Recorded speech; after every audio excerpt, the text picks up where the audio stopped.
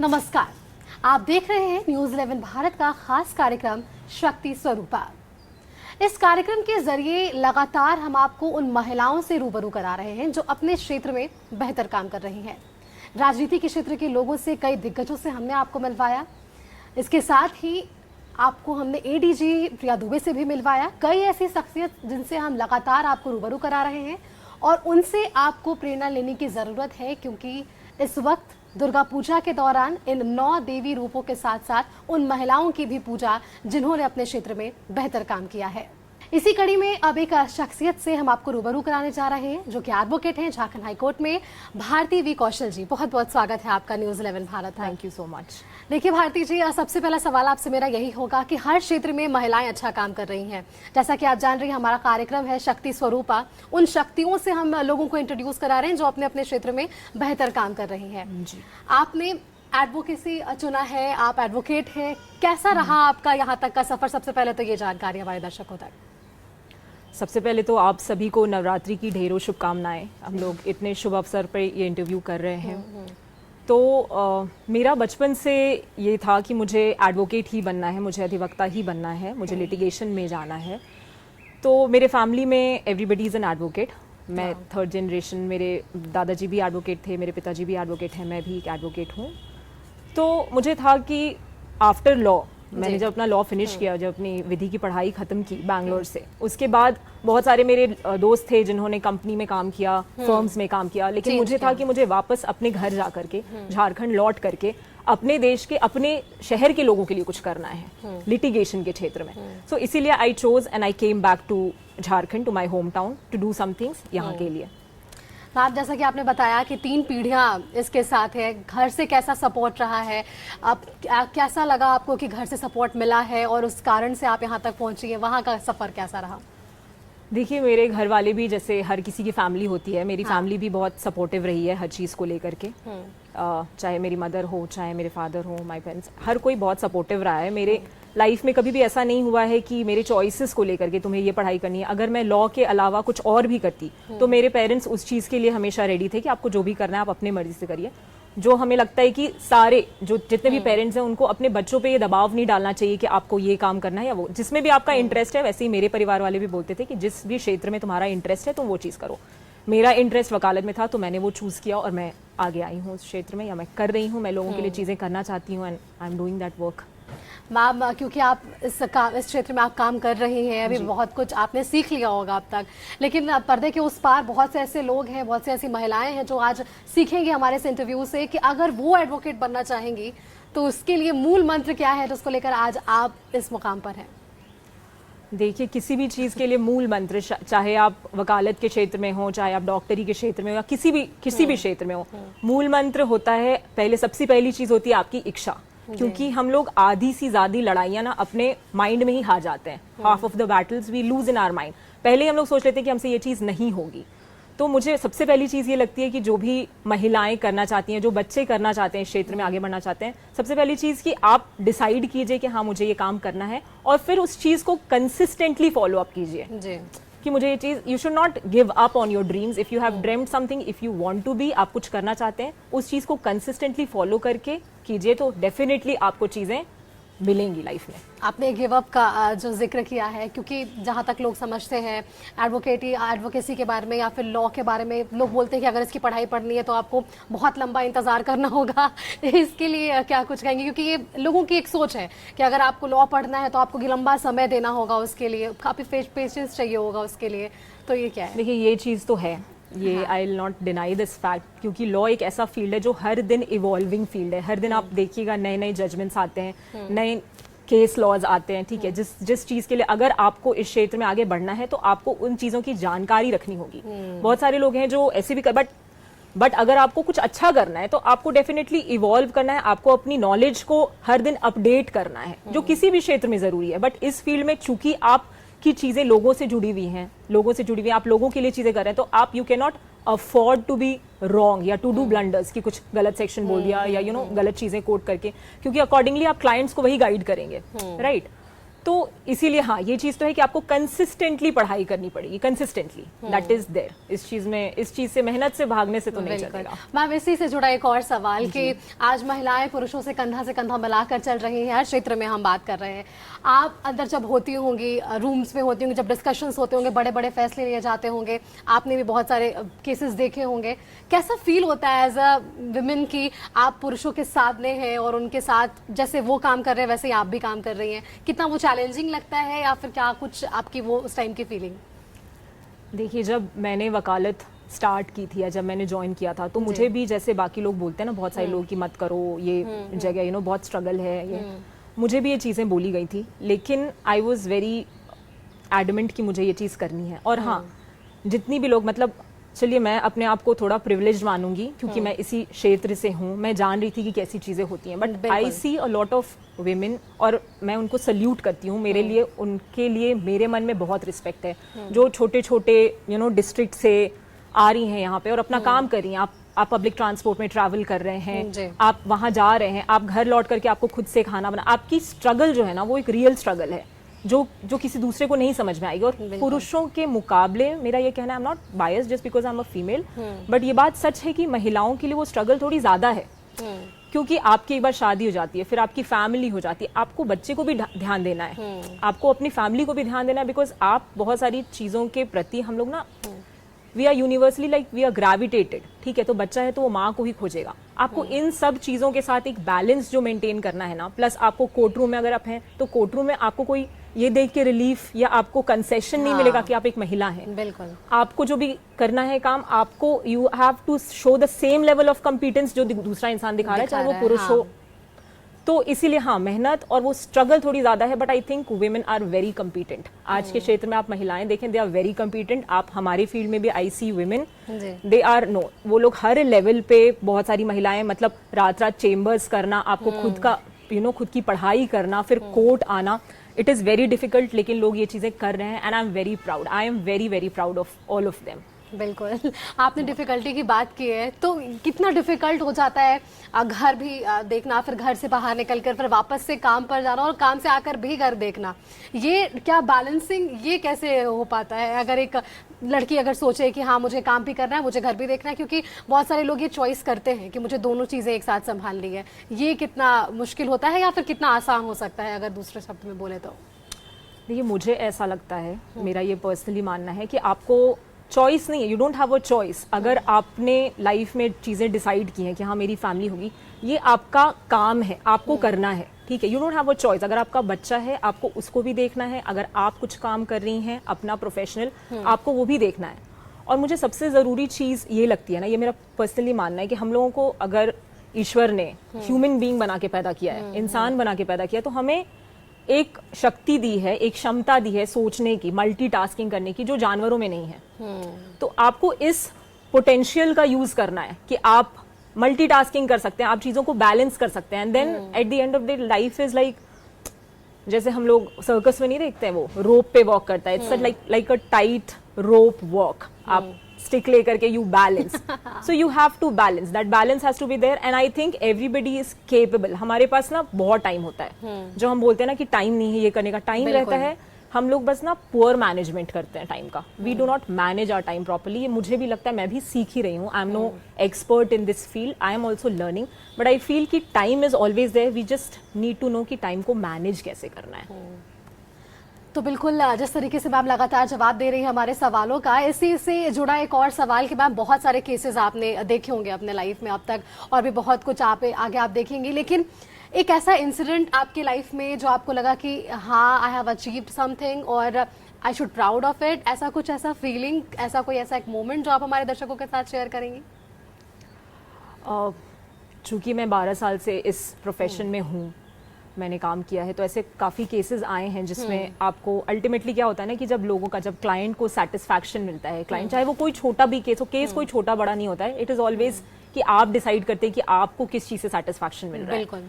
तो वो चीज़ें तो बहुत हुई हैं, लेकिन अभी जैसे रिसेंटली मैंने हाल ही में एक जनहित याचिका दायर की थी हाई कोर्ट में, जो महिलाओं और बच्चों की सुरक्षा को लेकर के था। तो उसमें सरकार ने बहुत सारे गाइडलाइंस निकाले हैं, ठीक है, सरकार ने भी इस चीज़ को सीरियसली लिया है क्योंकि ये मुद्दा ऐसा था। तो हम लोग सभी, डिस्पाइट द फैक्ट कि कोई लॉयर हो नहीं हो, आम इंसान के लिए भी ये मुद्दा बहुत ही इम्पोर्टेंट था। तो जब उसमें मुझे याद है कि कुछ लोगों के मुझे फ़ोन कॉल्स आए, जब माओं के फ़ोन कॉल्स कि हाँ अब मैं जब बच्चे को स्कूल छोड़ने जाऊंगी तो मुझे थोड़ा सा I will be happy, buses में सीसीटीवी कैमराज या एक फीमेल स्टाफ को रखने का गवर्नमेंट ने मतलब निकाला है नोटिफिकेशन।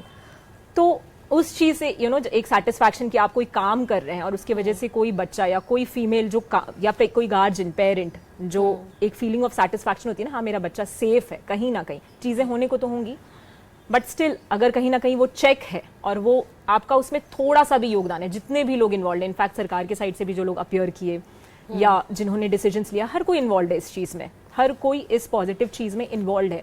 तो अगर आपको थोड़ा सा भी वो रहे ना कि आप इस छोटा सा ही पार्ट है इस चीज़ का, that gives a very very strong feeling of contentment.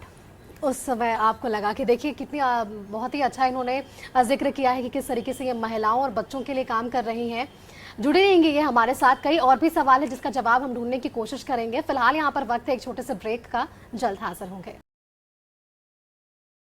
तो चलिए ब्रेक के बाद एक बार फिर से आप सभी का स्वागत है। हमसे हम जुड़े हुए हैं, लगातार कई सवालों का ये जवाब देती नजर आ रही है। आशा है कि जो लोग आज हमें सुन रहे हैं उन्हें जरूर प्रेरणा मिलेंगी और वे कुछ सीखेंगे आज के इस इंटरव्यू में, क्योंकि हम बात कर रहे हैं शक्ति स्वरूपा की। मैम, ब्रेक पे जाने से पहले हम बातचीत कर रहे थे कि ऐसा कौन सा मोमेंट था जिसमें आपको लगा कि हाँ मैंने लाइफ विन किया है। अभी भी आपसे बातचीत हो रही थी, घर संभालने की बात हो रही थी, बाहर काम संभालने की बात हो रही थी। आपने मुझे बताया कि आपके बेटर हाफ भी एडवोकेट है, दोनों एडवोकेट है घर में, और जिस तरीके से आपने बताया कि पहले आपकी कई पीढ़ियां भी एडवोकेट है। क्या, क्यों इतना लगाव इस कह सकते हैं इस काम से? ऐसा क्यों कि आपने प्रोफेशन भी ये चुना, आपके बेटर हाफ भी ये और आपकी फैमिली भी ये, ऐसा लगाव इसलिए क्यों? तो मैं जब इस प्रोफेशन में आई, रांची आकर के जब मैंने ज्वाइन किया, यहीं पे मैं अपनी बेटर हाफ से भी मिली। So I got married to him. जब ड्यूरिंग जब हम लोग यहाँ प्रैक्टिस कर रहे थे, उन्होंने भी, वो भी अपने लॉ करके आए थे अपना, उन्होंने बॉम्बे से लॉ किया अपना, बॉम्बे यूनिवर्सिटी से, मैं बैंगलोर से आई थी। तो यहीं पे हम लोगों की मुलाकात हुई और हम लोगों ने शादी की यहीं। तो आई थिंक ये लोग बोलते हैं, बहुत सारे लोग, और बहुत सारे लोगों का ये मानना भी है कि नहीं आपका सेम प्रोफेशन में शादी नहीं करनी चाहिए, बहुत सारे प्रॉब्लम्स होते हैं। But I will tell you, मेरे लिए इससे बड़ी बड़ी ब्लेसिंग जो होती है ना, वो नहीं हो सकती थी। बहुत सारी चीज़ें, जैसे कोविड का टाइम आया, you know when I was not going to court because मेरा बच्चा होने वाला था उस समय। तो आई वाज, केसेस थे क्योंकि क्लाइंट्स ऑब्वियसली नहीं सुनेंगे ये कि आप नहीं जा रहे हैं कोर्ट, जिस भी रीजन से आप नहीं जा रहे हैं वो नहीं। मेरे लिए it came as an advantage क्योंकि मेरे पास एक सपोर्ट था जो कि मेरे लिए केसेस वगैरह, you know, he used to handle my matters. ऐसे भी कभी भी, अभी आज के टाइम पे भी, you know, when this is happening, I have the support of my better half, कुछ भी चीज। तो आई थिंक दिस इज, मेरे लिए तो it came as a blessing, this came as a blessing and it is very very important कि आपका better half, किसी भी, यू नो, अगर आपका स्पाउस का सपोर्ट होता है ना, तो आपके लिए लाइफ में चीजें इजी हो जाती हैं। ऐसा नहीं है कि जिसके पास सपोर्ट नहीं है वो लोग नहीं कर रहे हैं चीजें, वो भी कर रहे हैं, बट कैसे ना कि आपके थोड़े स्ट्रगल ज्यादा होते हैं। When you have somebody who's supportive in your life, तो भगवान आपको कहीं ना कहीं से रास्ता निकाल देता है, आप you can navigate through things, life में चीजें थोड़ी आसान हो जाती हैं। So I think that is an advantage. बिल्कुल मैम। तो इसी से एक और सवाल, जिस तरीके से आपने बताया कि लोग इससे जुड़े हुए हैं, आपने समझा, पहले सीखा, बचपन कैसा बीता आपका? बचपन से ही आपने बताया कि आपने ये सोच लिया था कि आपको एडवोकेट ही बनना है। वहाँ कैसा आपको लगता है कि मैंने बचपन में कभी बैठ के रूम में सोचा था कि मुझे भी वकालत करनी है और आज आप वो कर रही है, वो कैसा फीलिंग है? मेरे बचपन में ना, actually I was very extra curricular वाली चीजें जो होती है ना, पढ़ाई लिखाई तो चलो जैसे चल रहा था, जो चलता है वो चलता ही था। पेरेंट्स का भी कोई बहुत फोर्स नहीं था कि, बहुत सारे मेरे फ्रेंड्स थे जिनका टीवी चैनल्स कटवा दिया जाता था एग्जाम के टाइम में कि नहीं। तो ये सब मेरे घर में नहीं होता था। मेरे घर में होता था पढ़ना है पढ़ो, नहीं भी पढ़ोगे तो तुम्हें ही देखना है, हमें कुछ नहीं, हम लोग तो थोड़ी टाइम देखेंगे ना। So they were very open, my parents were very very open and they were very clear about this thing कि तुम्हें जो भी करना है वो तुम अपने लिए करोगी, जो कि सच बात भी है। आज में जो कर रहे हैं हम लोग सब अपने लिए ही कर रहे हैं, वो सबको अफेक्टेड सब लोग हो रहे हैं, रिजल्ट सबको, बट एटलीस्ट करना हमें अपनी है। तो यही चीज़ है कि बचपन में भी आई वॉज वेरी एक्टिव, मतलब मैं स्पोर्ट्स में बहुत एक्टिव थी। मेरी बचपन की जो अर्लियर स्टार्टिंग की जो एजुकेशन है वो पटना से हुई थी, सेंट जोसेफ्स कॉन्वेंट से। उसके बाद फिर मुझे बोर्डिंग में डाल दिया मेरे पेरेंट्स ने कि तुम हॉस्टल में जाओ, क्योंकि मेरे घर पे हर कोई हॉस्टल में पढ़ा है। तो मेरे पेरेंट्स, मेरी मदर वनस्थली विद्यापीठ की प्रोडक्ट हैं, मेरे फादर नेतर हाटियन हैं, तो उनका था कि नहीं, हॉस्टल में रहोगे तो एक एक्सपोजर होता है, जो मुझे भी लगता है। मैं कहीं ना कहीं इस चीज़ को बोलूँगी कि अगर आप बोर्डिंग में जाते हैं ना, हॉस्टल में जाते हैं, तो एक अलग टाइप का एक्सपोजर मिलता है आपको। आप चीज तब आप डिसाइड कर पाते हैं, हाँ। आप एक्सप्लोर कर पाते हैं चीज़ों को, और आपको समझ में आती है कि आप अगर आप बास्केटबॉल खेल रहे हैं, बैडमिंटन खेल रहे हैं, हॉकी खेल रहे हैं, तो आप डिसाइड कर पाएंगे ना कि हाँ, मुझे हॉकी बेहतर खेलनी आती है, बिल्कुल, या या मुझे बास्केटबॉल बेहतर खेलना आता है। तो जब वो एक्सपोजर ही बहुत लोग उस एक्सपोजर से वंचित रहते हैं, तो वो एक्सपोजर मुझे लगता है कहीं ना कहीं बोर्डिंग स्कूल थोड़ा ज़्यादा देते हैं कंपैरेटिवली। एटलीस्ट मेरे साथ वो केस था उस समय, बैक देन, कि डे स्कॉलर होने के कंपैरिजन में बोर्डिंग स्कूल में वो एक्सपोजर था। तो I was very exposed. I used to participate debate competition, speech competition, हर चीज, मतलब आप जो भी कोई चीज़ आइडल मैम आपने सोचा कि हाँ ये मेरे आइडल होने वाले हैं, इनको देख के मेरे कोई, I will tell you something, कि मैं ना, जो एवरीडे के लोग होते हैं ना, जैसे जो हर दिन आते हैं ना, उनको, उनसे ही आई यूज टू लर्न थिंग्स। मेरे कोई ऐसा बड़ा आइडल नहीं रहा है कि कोई स्पोर्ट्स पर्सनालिटी है या कोई पॉलिटिशियन है और सम राइटर, ऐसा नहीं। Every day, and I will tell you, this is a real fact, आप हर दिन अपनी लाइफ में लोगों से प्रेरित होंगे, हर दिन। आपको बस उस नजरिए से चीजों को देखनी है, and life is beautiful, life is very beautiful that way. हर एक, इनफैक्ट छोटा बच्चा भी आपको बहुत सारी चीजें सिखा जाएगा। You know, how to be sympathetic, how to be sensitive towards thing, बहुत सारी चीजें हैं। आपका बस वो विजन होना चाहिए। एंड आई थिंक कहीं ना कहीं I am as a person also, professionally, मतलब अगर आप हटाइए इस प्रोफेशन में रहे नहीं रहे, आई एम अ पर्सन ऑल्सो कि हम ना बहुत ऑब्जर्वेंट है।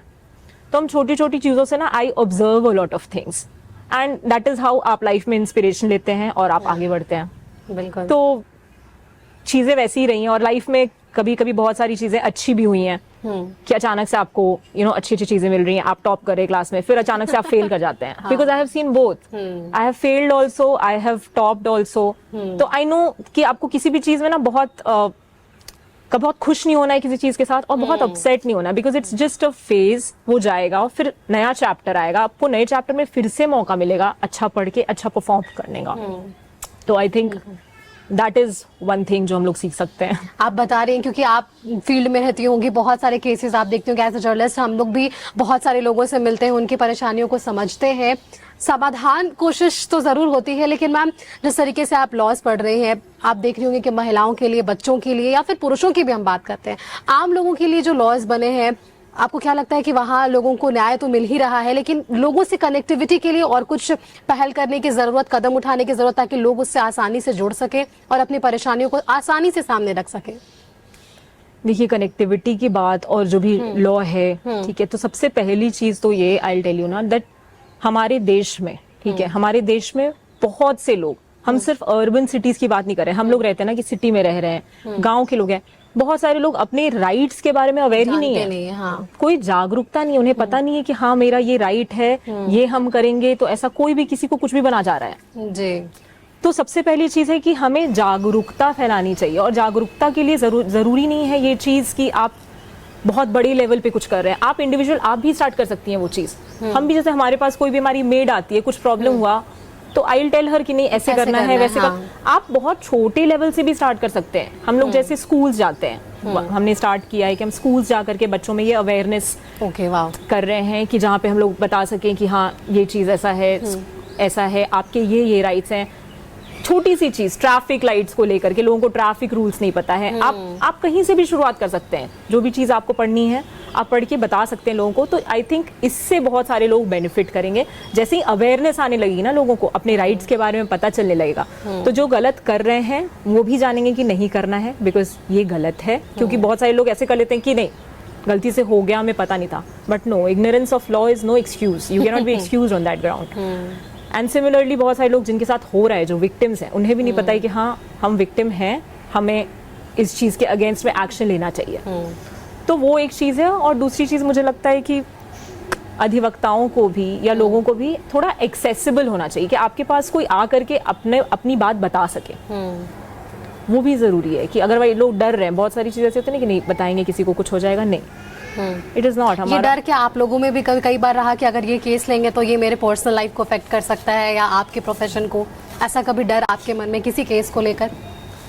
देखिए, अब ये जो चीज़ें होती हैं ना, जो अभी हम लोग बात भी कर रहे थे कि this is very personal specific, person specific, ठीक है ना। ये इंसान का ये जो व्यक्तित्व होता है ना, उससे भी जुड़ा होता है ये चीज़ कहीं से। अगर आप बहुत ज़्यादा सोचने वाले इंसान है ना, तो कहीं आप सोचेंगे चीज़ों को। कुछ लोग होते हैं जो बहुत आउटस्पोकन होते हैं कि नहीं, मुझे ये चीज़ करनी है, चाहे कोई भी हो सामने, मैं ये करूँगी, तो लोग करते हैं। तो ये बहुत ही पर्सन स्पेसिफिक चीज़ है, रादर देन कि किसी आप प्रोफेशन में है। अगर आप वैसे इंसान है कि नहीं, आप गलत के लिए खड़े होंगे, चाहे आपके सामने कोई भी हो, इट डजेंट मैटर कि कौन है सामने या ये केस है। बिल्कुल। तो मैम, चलिए, बहुत सारे सवालों का जवाब आपने दे दिया है। लास्ट क्वेश्चन आपसे कि क्या कुछ मैसेज देना चाहेंगी उन लड़कियों को जो आज पर्दे के पीछे किसी कमरे में बैठकर शायद आज हमारा इंटरव्यू देख रही हो और वो भी कभी सोच रही हो कि मुझे भी एडवोकेट बनना है, उनके लिए क्या एक छोटा सा मैसेज?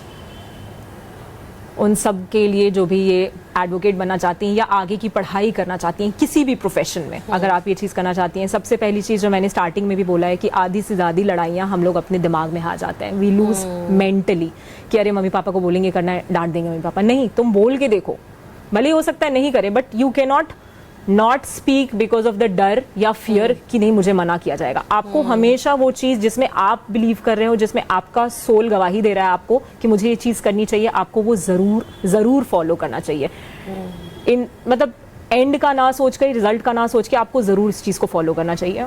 दूसरी चीज़ जो मुझे लगती है, जो मैंने अपने साथ भी ये चीज़ को एक्सेप्ट किया है, I have always believed in that, कि आप ना अपने लाइफ के पेस पे हमेशा बिलीव कीजिए। क्योंकि आपको दिखेगा कि अरे कोई दूसरा तो इतनी आगे जा रहा है, मेरे साथ तो शुरू किया था, ये तो इतने आगे जा रहा है, इसने तो इतना नाम कर लिया है। नहीं, always believe your pace in life, क्योंकि ये यूनिवर्स का ना आपके लिए कोई प्लान है। हो सकता है कोई 60 के स्पीड पे गाड़ी चला रहा है, कोई 120 पे चला रहा है, कोई 80 पे चला रहा है, सबका पेस अलग है, सबकी स्पीड अलग है, बट आप भी वहां पहुंचेंगे, ऐसा नहीं कि आप नहीं पहुंचेंगे। Always trust your pace, always trust universe, trust God. I am a very firm believer in God. तो दैट इज इट। और लास्ट में दुर्गा पूजा क्योंकि चल रहा है और शक्ति स्वरूपा की हम बात कर रहे हैं, तो छोटा सा एक मैसेज हमारे दर्शकों को दुर्गा पूजा को लेकर भी मैम। दुर्गा पूजा तो यहाँ बहुत ही बड़ा फेस्टिवल है। दुर्गा पूजा हम लोग सब पंडाल घूमने जाते हैं, दुर्गा पूजा घूमने आते हैं। तो दुर्गा पूजा में जैसे हम 9 देवियों की पूजा करते हैं, तो मेरा बस ये कहना है कि हम सिर्फ दुर्गा पूजा के टाइम में उन 9 देवियों की पूजा ना करें। हम ये ध्यान रखें कि ये हमें थ्रू आउट 365 डेज इस चीज़ को, क्योंकि देवी इज़ ऑलवेज देयर, और जो महिलाएं हैं, जो बच्चियां हैं, वो भी देवी का ही स्वरूप हैं। तो हमारे देश में जो क्राइम बढ़ रहा है अगेंस्ट वुमेन, ठीक है, दैट शुड नॉट हैपन। अगर आप उस क्राइम का पार्ट, अगर आप उसको कर नहीं रहे हैं, अलग चीज़ है, नहीं कर रहे हैं। हम बहुत से लोग, मेरे साथ तो नहीं हो रहा, कर नहीं रहे, नहीं। अगर आप देख रहे हैं और अगर आप चुप हैं, तो भी आप गलत हैं। उस चीज़ को देख के आप चुप मत रहिए, उसके अगेंस्ट में आप अपनी आवाज़ उठाइए। और हमें ये चीज़ मेक श्योर करना चाहिए कि ये देश हमारा महिलाओं के लिए और बच्चों के लिए एक सेफ प्लेस बने रहने के लिए। चलिए, बहुत बहुत धन्यवाद मैम आपका हमारे साथ जुड़ने के लिए। तो ये थी झारखंड हाई कोर्ट की advocate Bharati V Kaushal ma'am, जिन्होंने बहुत सारे सवालों का जवाब दिया है और बताया है कि किस तरीके से आप बैलेंस के साथ किसी भी प्रोफेशन को चुनिए, लेकिन आप बैलेंस ज़रूर रखिए अपने लाइफ में, ताकि आप किसी गोल को अचीव ज़रूर कर सकें। तो शक्ति स्वरूपा के इस कार्यक्रम में इतना ही, लेकिन लगातार हम आपको अलग अलग दिन माँ के 9 स्वरूपों की तरह उन 9 देवियों से भी आपको मिलवाएंगे जो हर क्षेत्र में बेहतर काम कर रही हैं। कैमरामैन कौशल के साथ मैं सुष्मिता राज, न्यूज़ 11 भारत, रांची।